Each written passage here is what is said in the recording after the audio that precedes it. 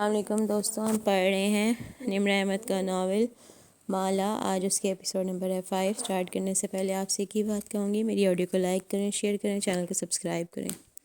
نکاح کا وینیو سفید اور سبز رنگ میں سجا تھا۔ اونچی چھت سے جگہ جگہ فانوس لٹک رہے تھے۔ اسٹیج بھی سفید پھولوں اور سبز پتوں سے مزین تھا، اور مہمانوں کی میزوں کے گرد رکھے صوفے بھی سفید تھے۔ وہ ماں کے ساتھ ایک 3 سیٹر صوفے پر بیٹھی تھی۔ ماں چند رشتہ دار خواتین سے باتوں میں مصروف تھیں۔ معید ہم عمر کزنس کی طرف چلا گیا تھا، لیکن وہ خود کو یہاں محفوظ تصور کرتی تھی۔ اگر وہ کزنس میں گئی تو سب کی زبان پہ ایک ہی سوال ہونا تھا: اوشن بند کیوں ہو گیا، اور کیا وہ جاب لیس ہو گئی ہے؟ اس وقت وہ اس سوال کا سامنا کر کے موڈ نہیں خراب کرنا چاہتی تھی۔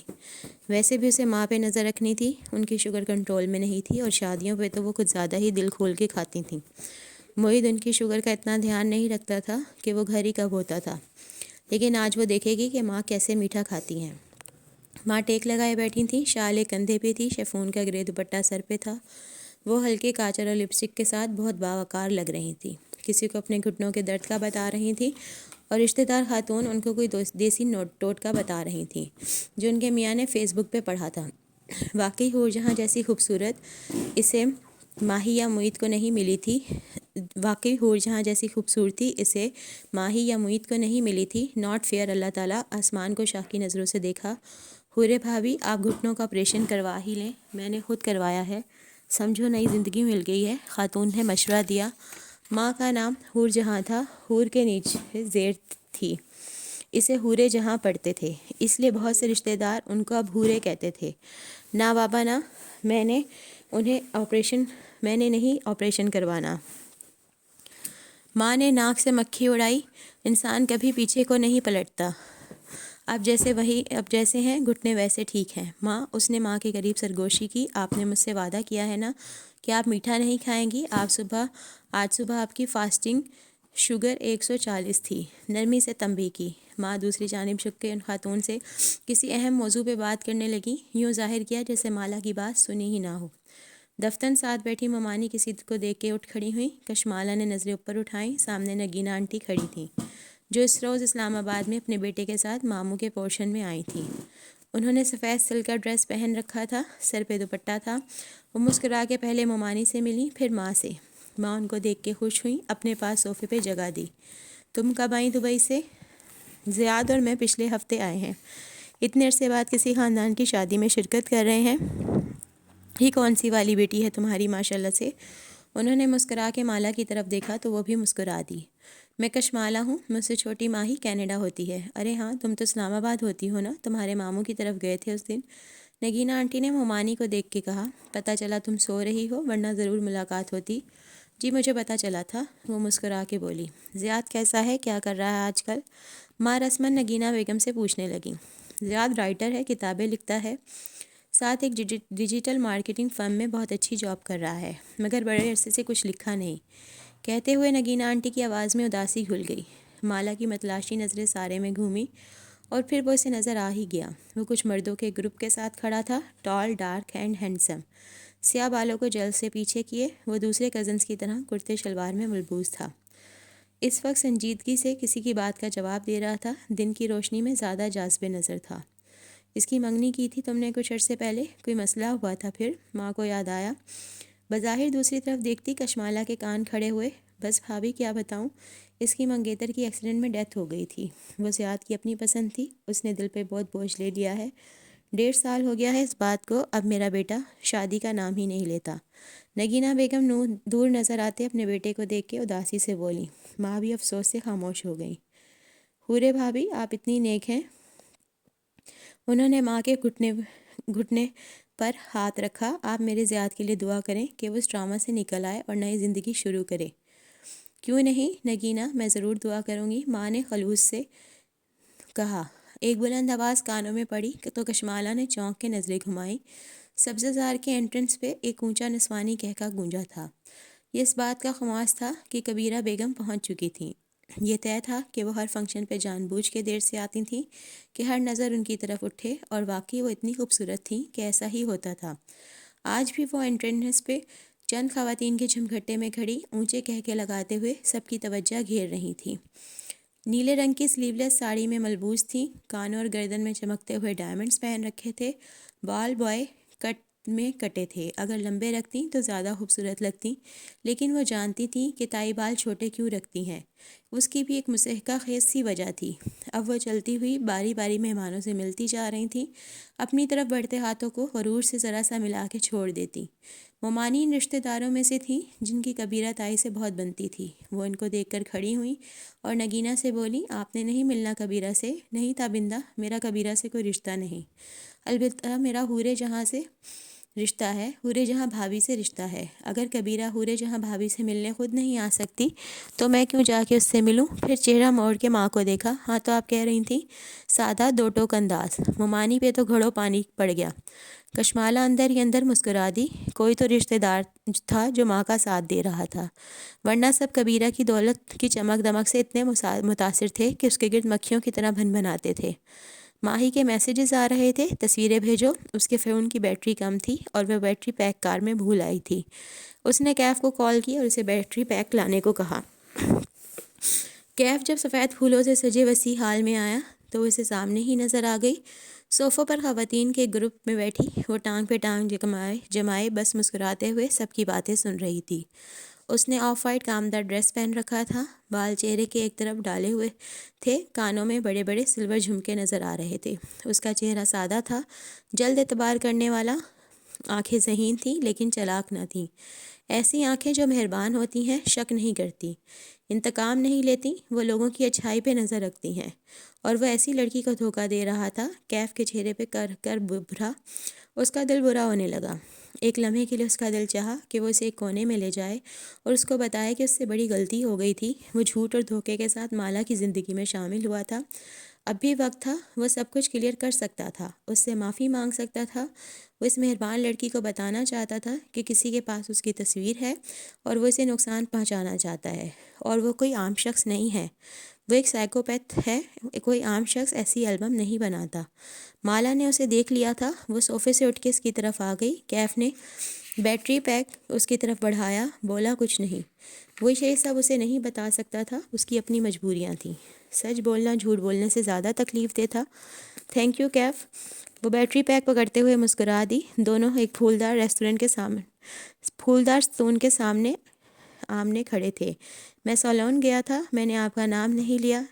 جم کے کیمرے کا رزلٹ بہت مدھم تھا۔ آپ کے بتائے حلیے کا شخص لفٹ میں سوار ہوا تھا اور واپس جم میں ہی اتر گیا، لیکن اس کی شکل واضح نہیں ہے۔ میں نے فوٹیج آپ کو ای میل کی ہے۔ کیا فائدہ، میں اس کو نہیں پہچانتی۔ Are you sure? آپ کسی ماہر فرید کو نہیں جانتی؟ اس نے لہجے کو سرسری سا بنایا۔ کشمالہ نے کندھے اچکا دیے۔ جو آج ہوا ہے وہ اچھا نہیں ہوا، یہ دوبارہ بھی ہو سکتا ہے۔ پولیس تک آپ نہیں جانا چاہتی، اس لیے آئندہ آپ میرے بغیر کہیں نہیں جائیں گی۔ میں قریب رہوں گا، کیف اسے غور سے دیکھتے ہوئے کہنے لگا۔ لیکن مجھے لگ رہا ہے کہ آپ نے مجھے سب کچھ نہیں بتایا۔ آپ پولیس تک کیوں نہیں جانا چاہتی؟ کچھ تو ہے جو آپ اپنے تعاقب کار کے بارے میں جانتی ہیں۔ آواز دھیمی کی۔ دیکھیں، میں آپ کا باڈی گارڈ ہوں، آپ کو مجھ پہ اعتبار کرنا ہوگا۔ اگر آپ کچھ اور بھی جانتی ہیں تو مجھے بتا دیں، کچھ بھی ایسا جو ابھی تک آپ نے مجھے نہیں بتایا۔ وہ چند لمحے اسے دیکھتی رہی، پھر ایک قدم آگے ہوئی۔ فنکشن کے شور ہنگامے میں ان کی آواز دور نہیں جا سکتی تھی۔ کشمالہ نے آواز سرگوشی میں بدل دی۔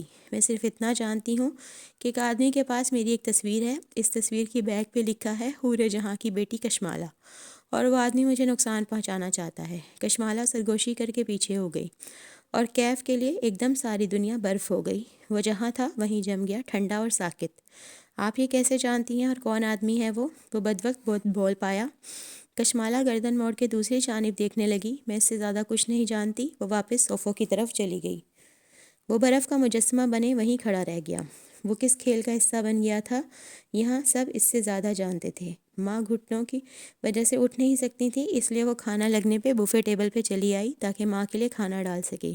شادیوں کا مزہ ماہی کے ساتھ آتا تھا، تصویریں بنانا، اپنی میز پہ بیٹھ کے لوگوں اور کھانے پہ تبصرے کرنا، کس نے کیا پہنا ہے ڈسکس کرنا۔ ماہی کے بغیر سارے فنکشنز بے رونق تھے۔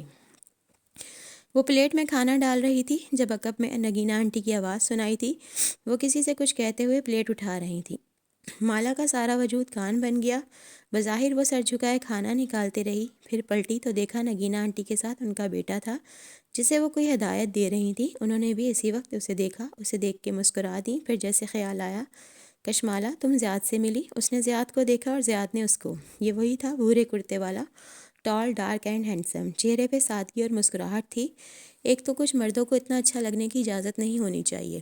بظاہر رسمی انداز میں مسکرائی، کیسے ہیں آپ؟ خوشی ہوئی آپ سے مل کے۔ مجھے بھی۔ پھر ماں کو دیکھا، ہم انہی کے گھر گئے تھے نا؟ وہ جیسے یاد کر کے بولا۔ وہ آہستہ بولتا تھا، نرمی اور شائستگی سے۔ وہ ان کے ماموں کا گھر تھا، لیکن کشمالہ وہیں رہتی ہے۔ زیاد نے ہوں کہہ کے سر ہلایا۔ گفتگو دم توڑ گئی۔ وہاں کھڑا رہنا آکورڈ لگتا تھا۔ وہ ان سے معذرت کر کے ماں کی پلیٹ لیے میز پہ واپس آ گئی۔ کھانا کھل چکا تھا اور سب اس وقت کھانے میں مگن تھے۔ اس نے ماں کے سامنے پلیٹ رکھی۔ انہوں نے ایک اچٹتی نگاہ پلیٹ میں موجود لوازمات پہ ڈالی، جیسے دلچسپی نہ ہو۔ پھر چہرہ ادھر ادھر گھمایا۔ کیف ابھی تک وہیں کھڑا تھا۔ ماں نے دور سے اسے اشارہ کیا، لڑکے ادھر آؤ۔ تحکم سے 2 انگلیوں سے بلایا۔ کیف فوراً آیا۔ پہلے بتاؤ تم کون ہو؟ میں نے تمہیں کہیں دیکھا ہے۔ ماں نے سر سے پیر تک اسے گھورا۔ کیف نے بے اختیار مالا کو دیکھا، پھر ماں کو۔ میں کشمالہ بی بی کا ڈرائیور ہوں، کیف جمال۔ جو بھی ہو، وہ پیچھے دیکھو ٹیبل پر سفید رنگ کی کیا چیز رکھی ہے؟ وہ سفید رنگ کی چیز ڈیزرٹ ہے ماں، اور آپ وہ نہیں کھا سکتی۔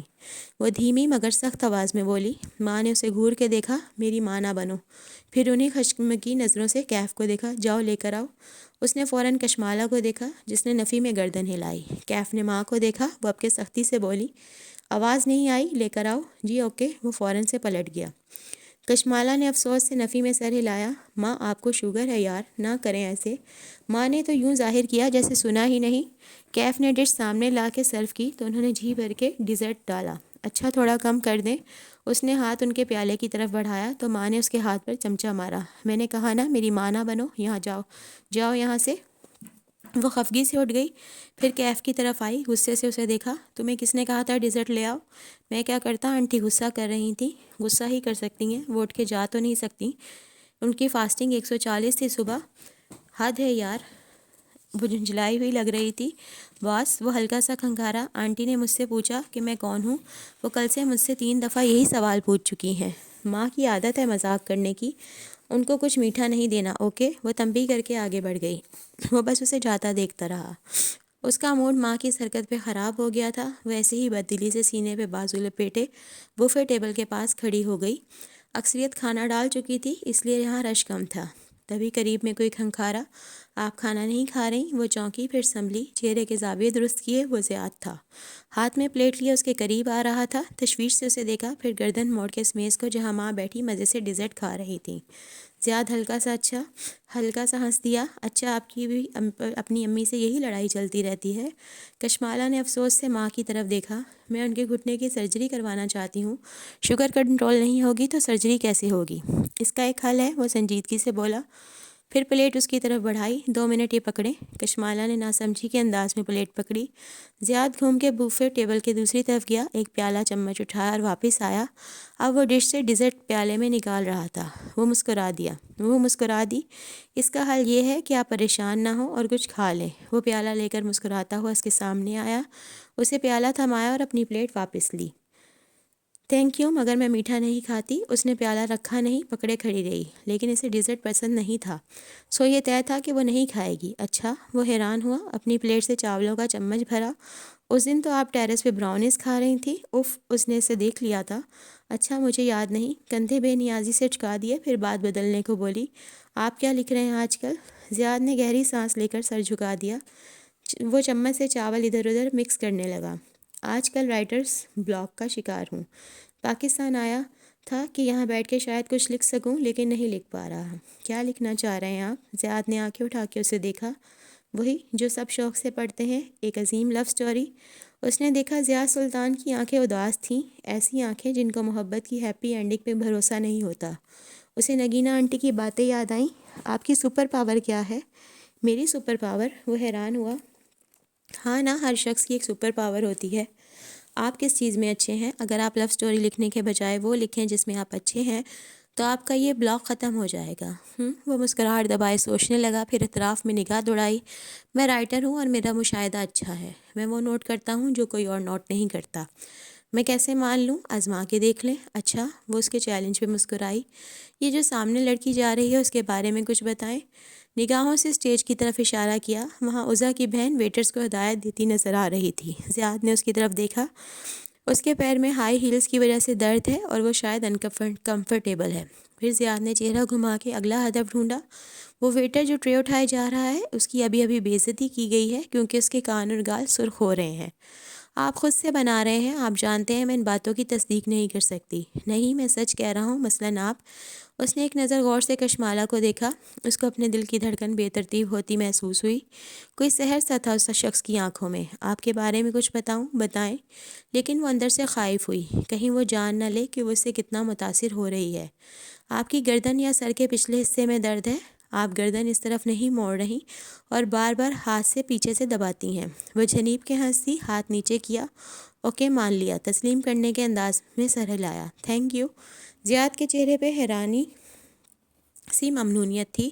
آپ کی اس نصیحت نے میری مدد کی ہے۔ شاید مجھے وہ نہیں لکھنا جو مجھ سے میری ایڈیٹر لکھوانا چاہتی ہے، بلکہ مجھے وہ لکھنا چاہیے جو میں انجوائے کروں گا۔ وہ مسکرا دی اور پیالہ لیے آگے بڑھ گئی۔